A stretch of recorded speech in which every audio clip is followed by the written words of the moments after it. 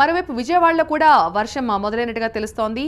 ఈ పెథాయ్ ప్రభావంతో ఏపీలోని అన్ని ప్రాంతాల్లో కూడా దాదాపుగా ఒక మోస్తరు నుంచి భారీ వర్షాలు కురుస్తున్నాయి. విజయవాడలో ఎటువంటి పరిస్థితి ఉందో మా ప్రతినిధి హసీనా మనకు వివరిస్తారు. హసీనా,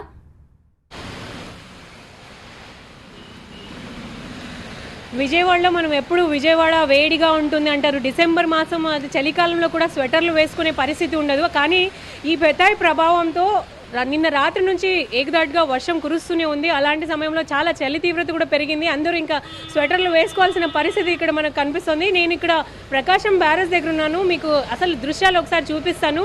ఇప్పుడు 9:45 టైం దగ్గర కావస్తున్న సమయంలో ఎట్లా మంచు ఎలా కప్పేసిందో చూడొచ్చు. మొత్తం కవర్ అయిపోయింది పూర్తి స్థాయిలో. మనకి ప్రకాశం బ్యారేజ్ అంతా ఎలా కనిపిస్తుంది, ఒకవైపు చూస్తే చాలా, ఇక్కడ నిలబడి చూస్తే చాలా అందంగా కనిపిస్తుంది. కానీ రాత్రి నుంచి మాత్రం వర్షం కురుస్తున్న కారణంగా ఇప్పటికీ 13 సెంటీమీటర్ల వర్షం నమోదైనట్టు మనకి అధికారుల ద్వారా అందుతున్న సమాచారం. కలెక్టర్ చెప్పిన సమాచారం ప్రకారం ఎక్కువగా తీర ప్రాంతాల్లో ఎక్కువ వర్షం ఉంటుంది. కానీ విజయవాడలో కూడా వర్షం రాత్రి నుంచి కురుస్తూనే ఉంది. చాలా వరకు రోడ్లన్నీ బ్లాక్ అయిపోయాయి. ఇప్పుడు మనం చూస్తున్న దృశ్యం ఇక్కడ దుర్గా టెంపుల్ ఏదైతే ఉందో ఆ కొండ మొత్తం మంచుతో కప్పేసినట్టు ఉంది. ఆ దృశ్యం కూడా మనం ఇప్పుడు చూస్తున్నాం. ఎప్పటికప్పుడు రియల్ టైం గవర్నెన్స్ మనకు సమాచారం అందిస్తూనే ఉంది. ఈరోజు మధ్యాహ్నానికల్లా యానం దగ్గర పెథాయ్ తుఫాన్ తీరం దాటే అవకాశం ఉంది. కాబట్టి ఆ ప్రభావం రాత్రి నుంచి ఇక్కడ చూపిస్తున్నాయి. ముఖ్యంగా అవనిగడ్డలో భారీ వర్షం కురుస్తుంది. ఆ తర్వాత ఇక్కడ విజయవాడ, మచిలీపట్నం ఏరియాలో కూడా వర్షం పడుతుంది.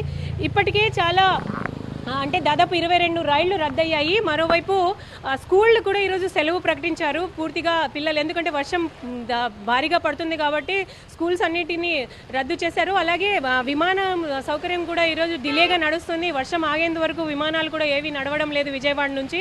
ఇది ఇక్కడున్న ఓవరాల్ సిచ్యువేషన్. లోతట్టు ప్రాంతాలు ఉన్నాయి, లోతట్టు ప్రాంతాలు కూడా మునిగిపోయే అవకాశం ఉంది. కాబట్టి ఒకవేళ వర్షం ఇలానే కంటిన్యూస్గా పడితే మాత్రం లోతట్టు ప్రాంతాలు కూడా మునిగిపోతాయి. ఇక్కడ విజయవాడలో ఓపెన్ డ్రైనేజ్ వ్యవస్థ ఉంది కాబట్టి ఇప్పటికీ కాలువలు, చాలా ప్రాంతాల్లో కాలువలు పొంగి వాటర్ అంతా రోడ్డు మీదకి వస్తుంది. రోడ్లన్నీ బ్లాక్ అయిపోతున్నాయి. సో అధికారులు మాత్రం చర్యలు చేపడుతున్నప్పటికీ కూడా గాలులు, ఈదురుగాలులు చాలా బీభత్సంగా ఉన్నాయి. ఒక్కొక్కసారి గాలి వేస్తే మొత్తం మనం పట్టుకున్న ఈ గొడుగులు కూడా ఎగిరిపోయేలాంటి పరిస్థితి ఏర్పడుతుంది ఇక్కడ. సో ఇది ఇక్కడున్న పరిస్థితి. Over to studio.